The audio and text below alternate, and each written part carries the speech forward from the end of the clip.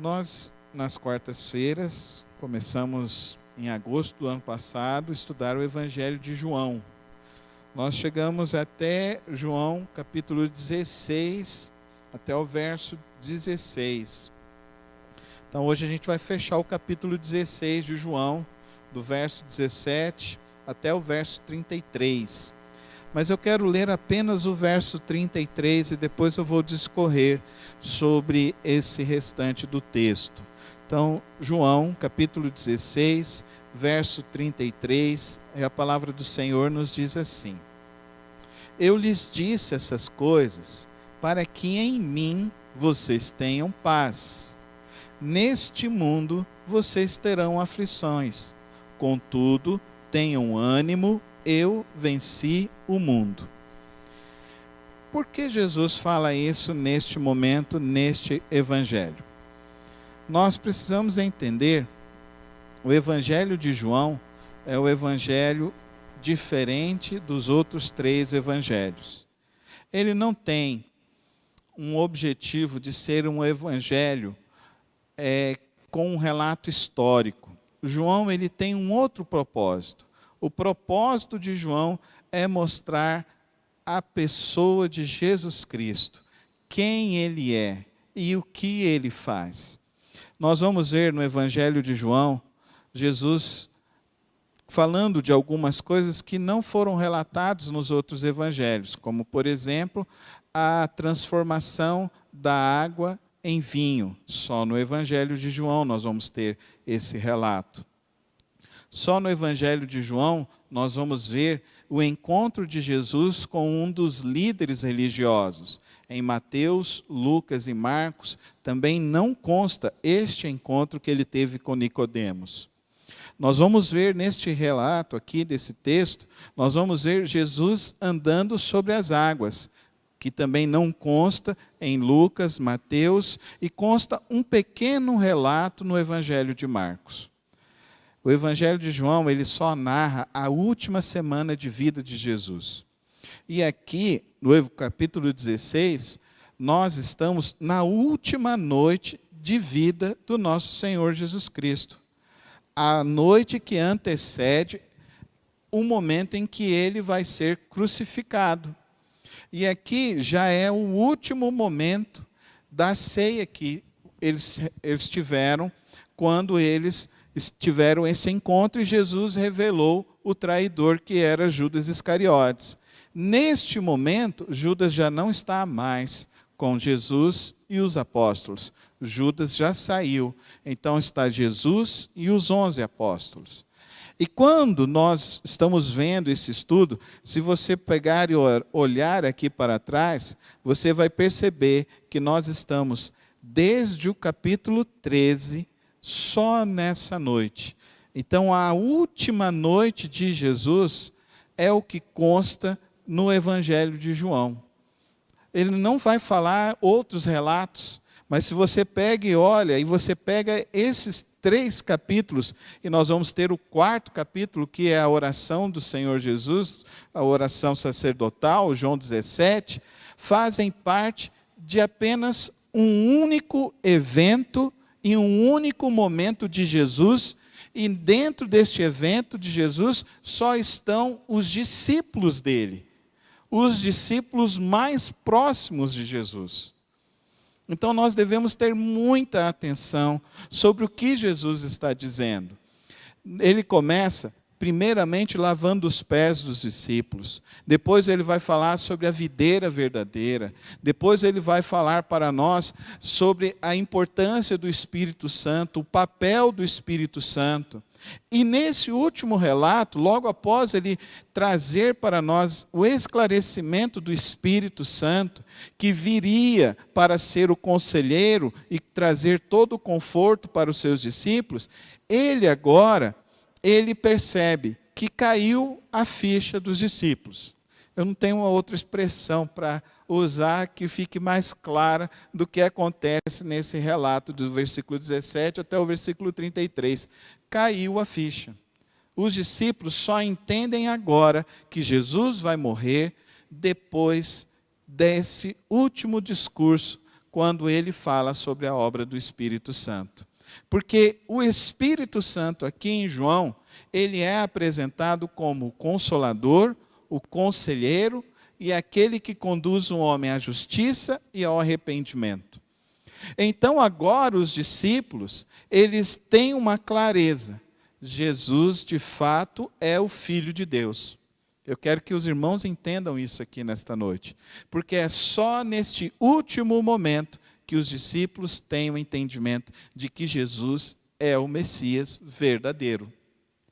Eles viram Jesus realizando os 3 grandes milagres que precisavam, os judeus consideravam ser os milagres da revelação do Messias. Jesus fez a transformação da água em vinho. Isso é uma profecia que está no Evangelho de Isaías. Jesus ressuscitou um homem. Essa é uma profecia também de Isaías. E a última palavra que ele fala é que ele andaria sobre as águas e que ele teria o controle sobre toda a natureza. Isso se vê no livro de Ezequiel e Jeremias. É aqui, agora, é o último momento, é o momento mais derradeiro da vida de Jesus. E é só neste momento os discípulos entendem quem é Jesus. Isso acontece com cada um de nós. A gente conhece as pessoas, mas a gente anda com as pessoas, mas a gente não conhece de fato as pessoas. É assim as nossas vidas. A nossa vida, ela é feita de todo um emaranhado que a gente não consegue, muitas vezes, entender a nossa própria identidade e nem a identidade do outro. Quanto mais esses homens, imagina, esses 11 homens, tem um fariseu no meio deles, tem um publicano, tem pescadores, tem um homem letrado, quase um médico. Mas eles não conseguiram entender quem era Jesus. Quem mais se aproximou foi o apóstolo Pedro. Quem mais se aproximou de um entendimento de que Jesus era o Messias. Agora, a revelação de Jesus é dolorosa.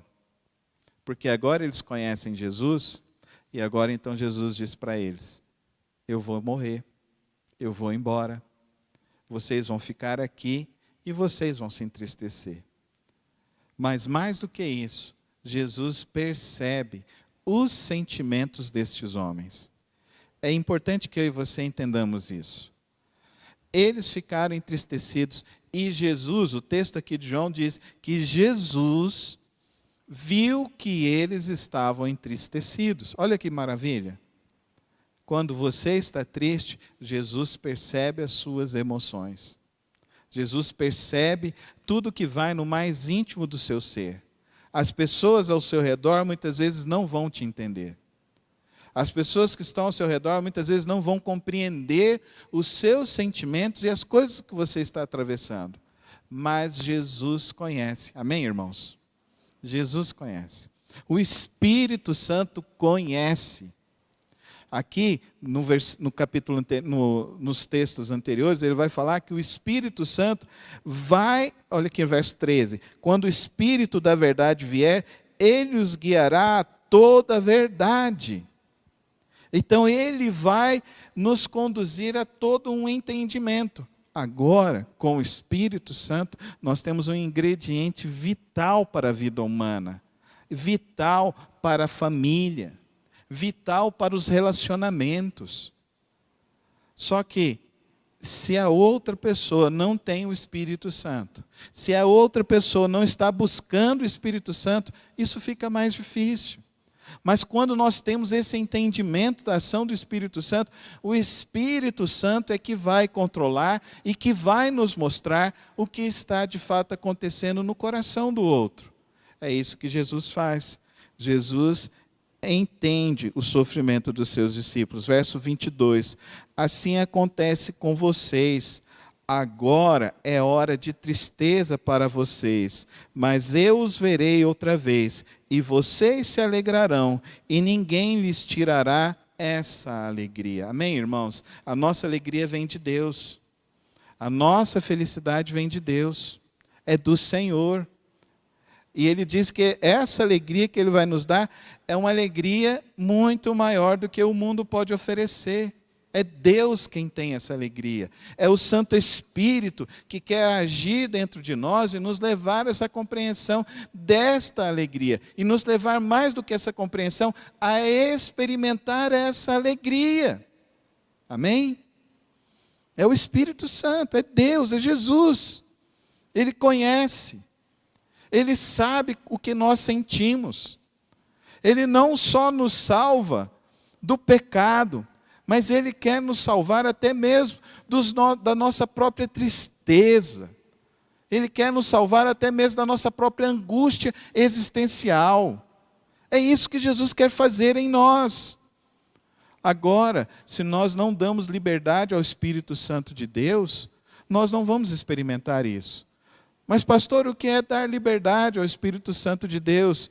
Irmãos, está aqui, no verso anterior, nos versos anteriores, olha aqui comigo, verso 7 do capítulo 16, mas eu lhes afirmo que é para o bem de vocês que eu vou. Se eu não for, o conselheiro não virá para vocês, mas se eu for, eu o enviarei. Quando ele vier, convencerá o mundo do pecado, da justiça, do juízo, do pecado, porque os homens não creem em mim, da justiça, porque vou para o Pai, e vocês não me verão mais, e do juízo, porque o príncipe deste mundo está condenado. Mas quando o Espírito da verdade vier, ele os guiará a toda a verdade. Amém, irmãos? Que coisa maravilhosa isso. Você consegue compreender? Você consegue compreender a dimensão da onde Deus e Cristo quer agir em você? Do que Deus deseja realizar em nossas vidas?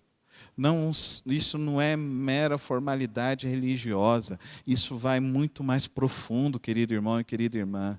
Isso vai no sentido de que podermos experimentar dessa alegria que Ele quer nos dar.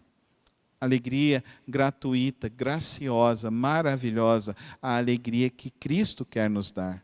Como podemos experimentar isso, pastor? Quer dizer então que agora eu vou ter uma alegria que eu não vou ter mais problema nenhum? Não, não é isso. Ele quer dizer aqui para nós, o verso 33 que nós lemos, é justamente sobre isso. Nós vamos ter dentro do nosso ser algo que se chama paz. Paz.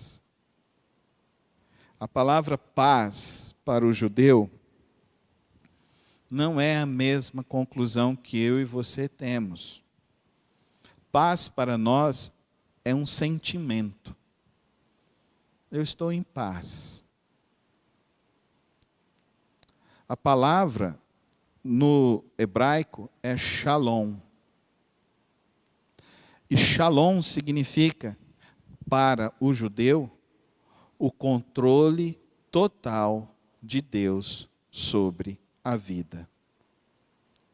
Então, quando ele fala para você, o shalom de Deus, shalom Adonai Elohim, que quer dizer que o Senhor te abençoe e te guarde. Quando um judeu está dizendo isso, ele está dizendo para você que Deus esteja no total controle da sua vida.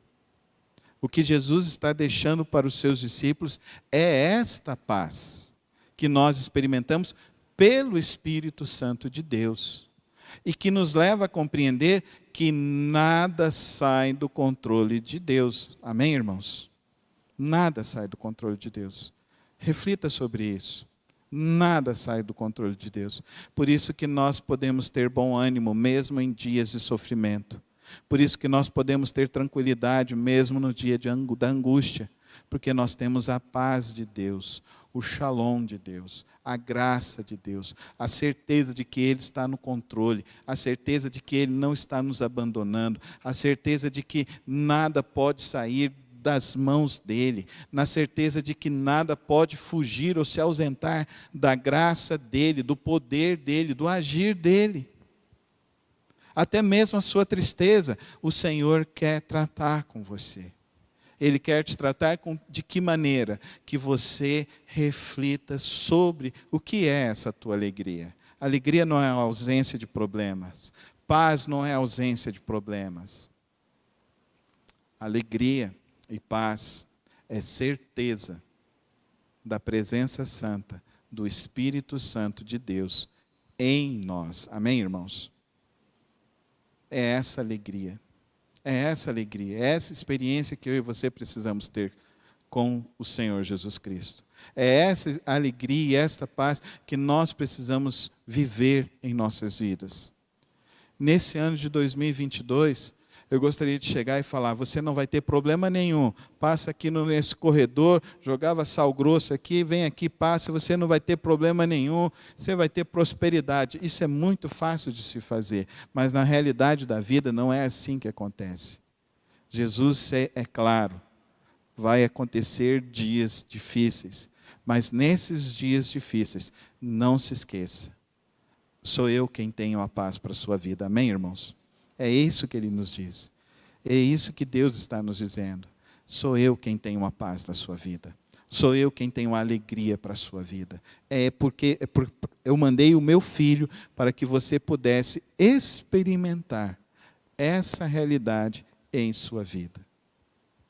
E quando nós formos chegar lá no capítulo 20 do Evangelho de João, nós vamos ver esse apóstolo que nos escreve, João, oferecendo já a alegria e a paz a Maria, a mãe do nosso Senhor Jesus Cristo. Ali nós já vamos perceber que houve já uma mudança na vida de João. Que até agora ele é o relator, ele é o escritor, mas ele sempre está se fazendo presente dentro do texto. Ele sempre está se manifestando dentro do texto. Mas no capítulo 20, nós vamos ver ele tendo entendimento. É diferente. Tem uma música antiga que fala assim: estava à toa na vida, o meu amor me chamou para ver a banda passar, tocando coisas de amor. O cristão nunca está parado para ver a banda passar, querido irmão e querida irmã. Leva isso na sua vida. A gente nunca está aqui para ver a banda passar. Não. A gente está aqui para sermos portadores da alegria e da paz de Cristo em todos os lugares para onde nós estivermos. Esse final de semana, a Soraya deu plantão no CAIS Cândida de Moraes. Ela atendeu uma jovem de 16 anos que tinha se cortado. Depois atendeu uma senhora de 40 e poucos anos que tinha tomado barbitúricos, tentando o autoextermínio. Depois atendeu um senhor de uns 50 e poucos anos de idade que estava tentando também se suicidar. No final da noite, ela disse que tinha atendido 6 pessoas que tinham tentado o autoextermínio. Viver sem Cristo é desespero. Agora, viver com Cristo é ter a certeza de que Ele está no controle de todas as coisas em nossas vidas. Eu desejo isso para mim e para você no ano de 2022. O shalom de Deus, a paz de Cristo. Não se desanime, não esmoreça. Deus continua no controle. Deus continua te dando o Santo Espírito para agir em sua vida, em todas as circunstâncias. Não se desespere. A gente pode até se entristecer, mas o Espírito Santo nos transforma e nos leva a experimentar a alegria e a paz de Deus. Que o shalom do Senhor esteja sobre nós nesse ano. Vamos orar? Eu te agradeço, Pai Celeste, por Tua santa palavra. Eu te agradeço, Pai Celeste, porque Tu és grande, Tu és maravilhoso, Tu és Deus de promessas, Tu és Deus da nossa salvação. Que cada um de nós aqui nesta noite receba da Tua paz, da Tua graça e da Tua alegria. Que cada um de nós aqui nesta noite saia daqui na certeza de que Tu és a nossa paz, Tu és a nossa alegria. Fortalece o abatido, fortalece o que está sem esperança, o cansado. Renova as forças hoje, renova a fé, para que possamos sempre crer que Tu és a nossa paz e a nossa força. Abençoa este ano, ó Deus. Abençoa cada família da Tua igreja, em nome de Jesus. Amém e amém.